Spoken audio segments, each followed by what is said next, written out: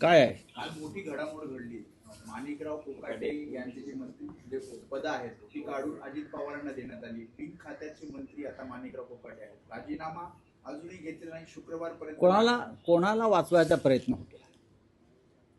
ज्या विधानसभा अध्यक्षांनी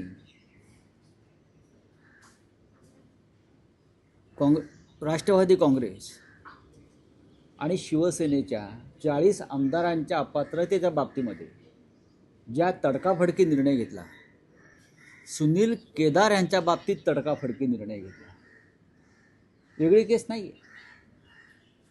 पण महाराष्ट्रातले अजित पवार गटाच्या एका मंत्र्याला 2 वर्षाची शिक्षा होऊन सुद्धा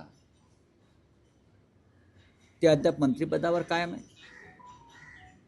आणि त्यांच्या आमदारकीबाबत सुद्धा राहुल नार्वेकर यांनी जे विधान केलेलं आहे, कोर्टाची मूळ प्रत येऊ द्या, अशा कोणत्या मूळ प्रतीवरून त्यांनी इतरांवर कारवाया केल्या?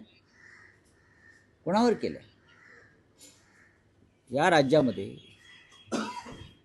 भ्रष्टाचार सहन केला जाणार नाही, किंबहुना देशामध्ये, असे मोदी आणि फडणवीस सांगतात. आणि भ्रष्टाचाराला कशा प्रकारे ते उत्तेजन देत आहेत. भ्रष्टाचार आणि ड्रग्जच्या विळखामध्ये महाराष्ट्र सापडलेला आहे. आणि हे ड्रग्जचं रॅकेट फडणवीस कॅबिनेटच्या मंत्र्यांच्या घरापर्यंत पोचल्या तरी फडणवीस गप्प आहेत. महाराष्ट्राची तरुण पिढी ही ड्रग्जच्या विळखात पूर्णपणे फसली आहे. विद्यार्थी, कॉलेज, शाळा, आणि हे ड्रग्स पूर्वी बाहेरून येत होतं, आत्ता महाराष्ट्रामध्ये त्याचे कारखाने उघडले जात आहेत. जी काय गुंतवणूक येणाऱ्या उद्योगाची हीच आहे का महाराष्ट्रात? जे फडणवीस सांगतात की महाराष्ट्रामध्ये मोठ्या प्रमाणामध्ये उद्योग येणार आहेत, गुंतवणूक येणार आहे, हे ड्रग्सचे कारखाने म्हणजे गुंतवणूक आहे का? महाराष्ट्राच्या उपमुख्यमंत्र्याच्या भावाचं नाव आलेलं आहे साताऱ्यात. खरं म्हणजे मुख्यमंत्र्यांनी तात्काळ सातारच्या पोलीस अधीक्षकांवर कारवाई केली पाहिजे. हे जे कोणी तुषार दोषी आहेत त्यांनी कसं आणि कोणाला या ड्रग्स रॅकेटमधून वाचवायचा प्रयत्न केला हे काल आमच्या सुषमा अंधारे यांनी स्पष्ट केलेलं. ते खोटं असेल तर त्यांनी पुढे येऊन सांगावं.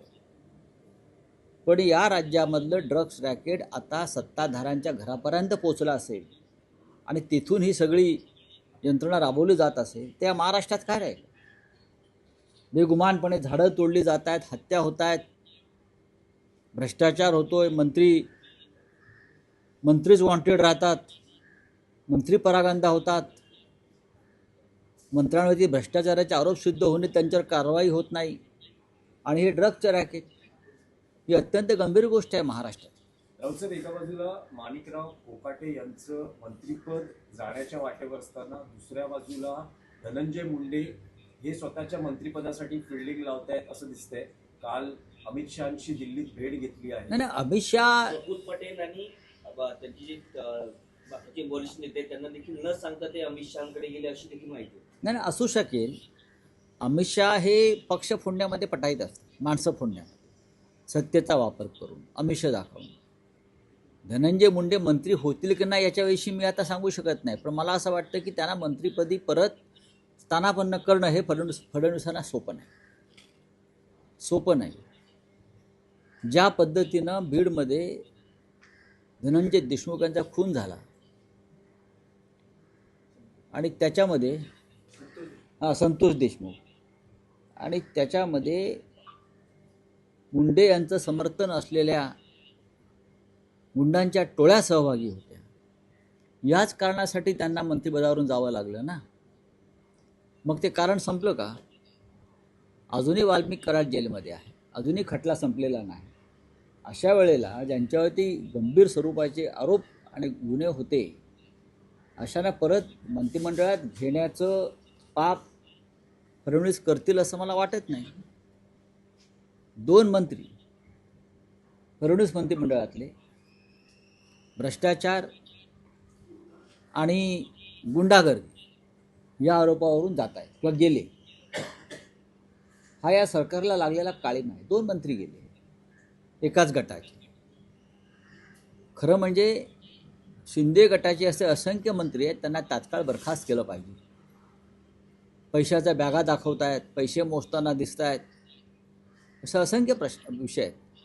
पण देवेंद्र फडणवीस टप्प्याटप्प्यानं गेम करतील, टप्प्याटप्प्यानं, आणि शेवटचा घाव ते मिंद्यांवरच घालतील याची मला पूर्ण खात्री आहे. तुम्ही ड्रग्स प्रकरणाचा उल्लेख केलेला आहे, त्यामध्ये धनंजय मुंडे नंतर आता माणिकराव कोकाटे. नाही, कोकाटे ही हिट विकेट आहे. कोकाटे ही स्वतःच त्यांनी खड्ड्यात उडी मारलेली आहे. जर त्यांची केस आपण पाहिली, सदनिका लाटण्याची खोटी कागदपत्र देऊन, ती आताची नाही आहे ना, फक्त योग्य वेळी ती बाहेर आली. ते कसं फडणवीसांमध्ये नक्कीच आहे. नाही, पण राऊत साहेब, अगदी शेवटच्या क्षणापर्यंत कोकाटेंना वाचवण्याचा सरकारचा प्रयत्न अजूनही सुरू आहे. पण तो का असावा असं तुमचं मत आहे? अजूनही सुरू आहे. आम्ही भ्रष्टाचारांना पाठीशी घालतो आणि शेवटपर्यंत त्यांच्या पाठीशी उभे राहतो, हा संदेश त्यांनी दिला. त्याच्यामुळे सर्व भ्रष्टाचारांनी, जे आमदार खासदार नेते आहेत भ्रष्ट, त्यांनी आमच्या पक्षात यावं, तुम्हाला पूर्ण संरक्षण मिळेल, हा तो संदेश आहे. तसं नसतं तर अमित शहा काल धनंजय मुंडेंना भेटले नसते. अमित शहा काल धनंजय मुंडेंना भेटले, हा सुद्धा तो संदेश आहे. काही करा आणि आमच्याकडे या, आम्ही तुमच्या पाठीशी आहोत. हा संदेश महाराष्ट्रात फडणवीस देत आहेत, हा संदेश दिल्लीमध्ये अमित शहा देत आहेत. ड्रग्स प्रकरणाचा तुम्ही उल्लेख केला, त्यामध्ये एकनाथ शिंदे यांचे सख्खे भाऊ आहेत प्रकाश शिंदे, त्यांनी असं म्हटलंय की त्या ड्रग्स कारखान्याशी माझा काही संबंध. चौकशी व्हायला काय हरकत आहे? तुषार दोशी पोलीस अधीक्षक यांनी ज्या पद्धतीनं चौकशीतून आणि FIR मधून त्यांची नावं वगळलेली आहेत, काल मला वाटतं पुरेशी माहिती सुषमा अंधारे यांनी दिलेली, त्याच्यावर त्याने खुलासा केला पाहिजे. ड्रग्स रॅकेट आपल्या घरापर्यंत पोहोचला आहे, तुमची आता पळापळ चाललेली आहे. तुषार दोशी जे पोलीस अधीक्षक आहेत, त्यांचे कॉल रेकॉर्ड तुम्ही चेक करा. मंत्रालयातून आणि उपमुख्यमंत्रीच्या कार्यालयातून आणि नंदगिरीवरून किती आणि कसे फोन सातत्याने जात होते सातारच्या पोलीस अधीक्षकांच्या कार्यालयात, हे तुम्हाला कळेल. मग का धावाधाव का झाली? राऊत साहेब, महाराष्ट्राच्या राजकारणात दोन्ही पवार आणि त्यांचे पक्ष एकत्र येण्याची एकूण प्रक्रिया किंवा तशी चर्चा जोरात आहे. तुमचं काय मत आहे? कारण शरद पवारांचा पक्ष फुटून अजित पवार बाहेर पडले, वेगळ्या घडामोडी महाराष्ट्रात घडल्या गेल्या 2-2.5 वर्षामध्ये. त्यानंतरही असं म्हटलं जातं की भाजपचा पराभव करण्यासाठी काही ठिकाणी हे पक्ष युती करणार आहे. आता भाजपचा पराभव अजित पवार कसे काय करणार? हिंमत आहे का? म्हणजे हा तर्कच मला पटत नाही की भाजपचा पराभव करण्यासाठी पवार एकत्र येतात, म्हणजे अजित पवारांचं. अजित पवार हे भाजपचा पराभव कसे करू शकणार, जे भाजपच्या युतीमध्ये आहेत किंवा भाजपच्या पालखीचे भुई आहेत, ते भाजपचा पराभव कसं करणार? काही तर्क पटतील अशा पद्धतीनं विधानं करणं गरजेचं आहे. हां, आम्ही राज ठाकरे व उद्धव ठाकरे एकत्र आहेत तो भाजपचा पराभव करण्यासाठी. कारण राज ठाकरे भाजपाच्या कोणत्याही गटात किंवा गोटात नाही, उद्धव ठाकरे नाही, आम्ही दोघे एकत्र आहोत. आमची भूमिका स्पष्ट आहे, भाजपचा पराभव करायचा आहे.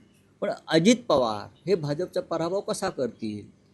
एकनाथ शिंदे भाजपचा पराभव कसा करतील? लगेच तुरुंगात जातील. तो विचार जरी मनामध्ये आणला, आम्ही तुमच्या विरुद्ध उभे राहू, हे अमित शहाचे पक्ष आहेत.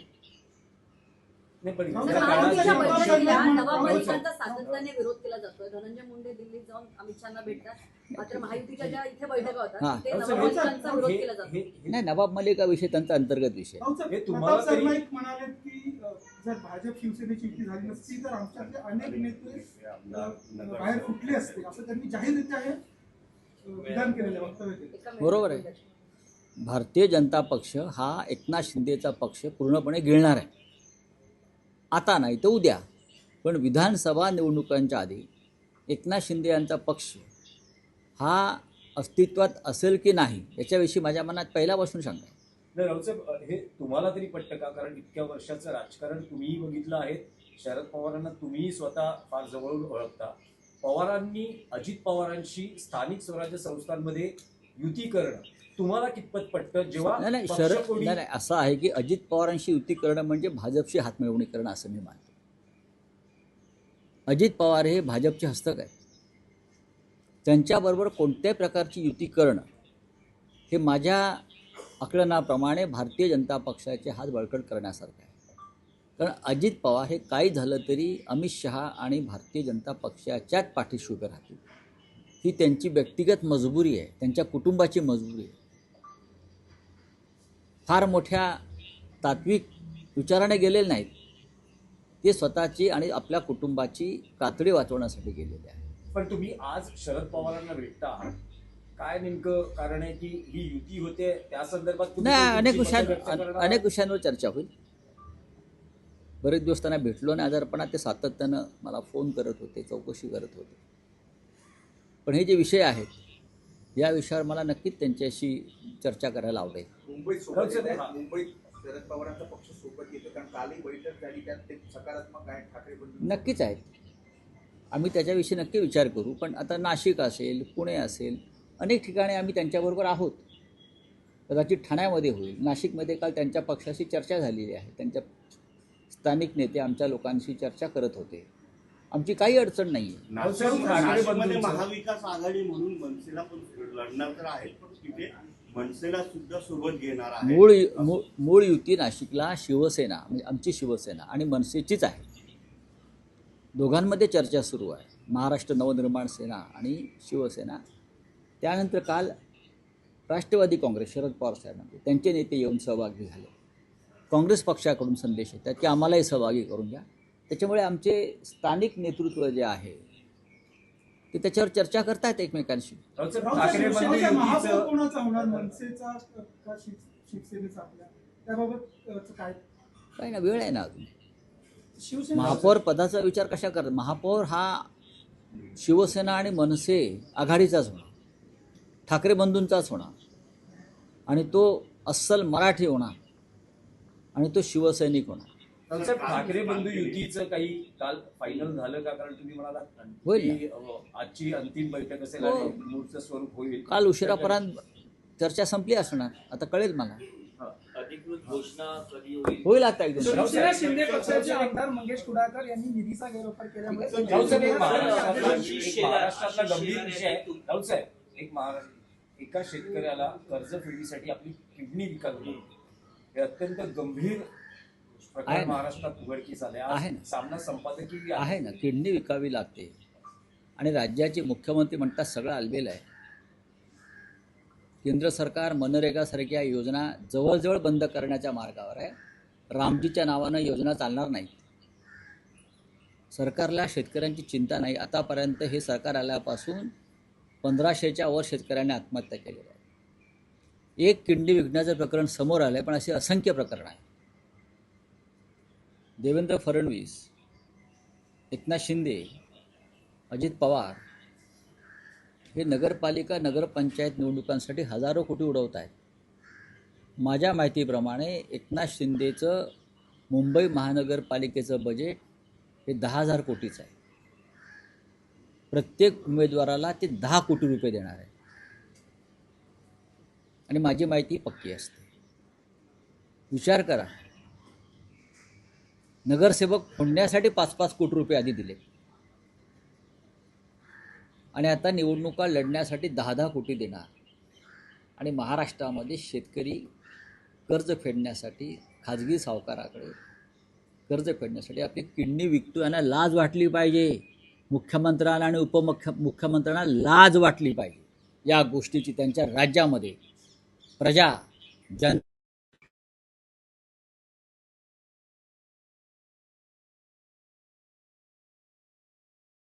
उमेदवाराला 10 आहे कोटी ना. देणार. आणि ते महापालिकेतूनच लुटलेले आहेत नाही, पण मग आणि महापालिकेच्या ठेकेदारांकडूनच घेतलेले पैसे आहेत.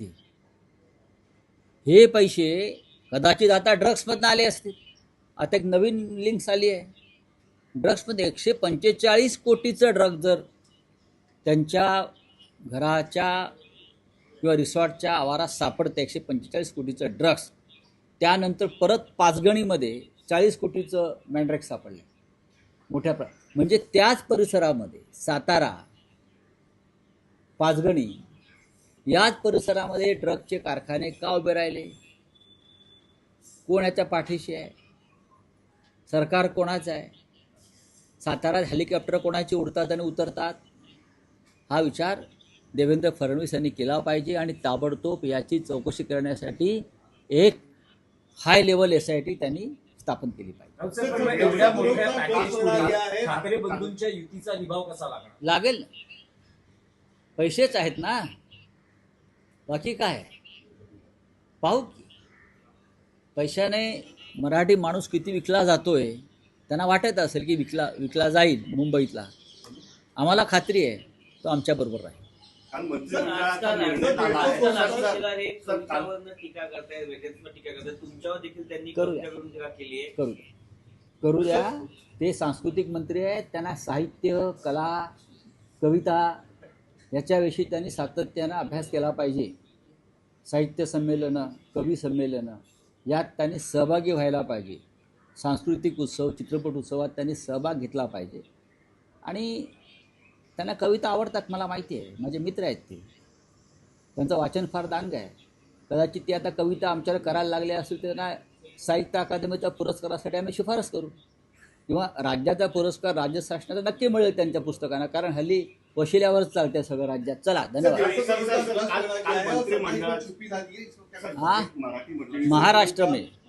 महाराष्ट्र में उप मुख्यमंत्री एकनाथ शिंदे के भाई के रिसोर्ट में 145 करोड़ का ड्रग्स मिला है और उसको बचाने की कोशिश चल रही है.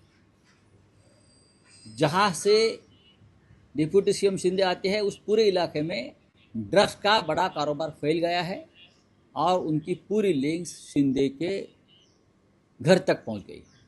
क्या करते हैं गृह मंत्री देवेंद्र फडणवीस जी, मुझे बताइए. यही ड्रग्स का पैसा महाराष्ट्र की राजनीति में आया है और यही ड्रग्स के पैसे से विधायक और सांसद को खरीदा गया है और चुनाव लड़ा जा रहा है. अमित शाह जी ने जो गृहमंत्री है देश के, पूरे देश से ड्रग्स को ख़त्म करने का ऐलान किया है ना, तो जो व्यक्ति आपको मिलने को आता है हमेशा और आप उनको आशीर्वाद देते हो, एकनाथ शिंदे, उनके घर तक ये ड्रग्स का रैकेट पहुंचा है. क्या करेंगे राज्य के गृहमंत्री फडणवीस और देश के गृहमंत्री अमित शाह, मुझे बताइए. Thank you.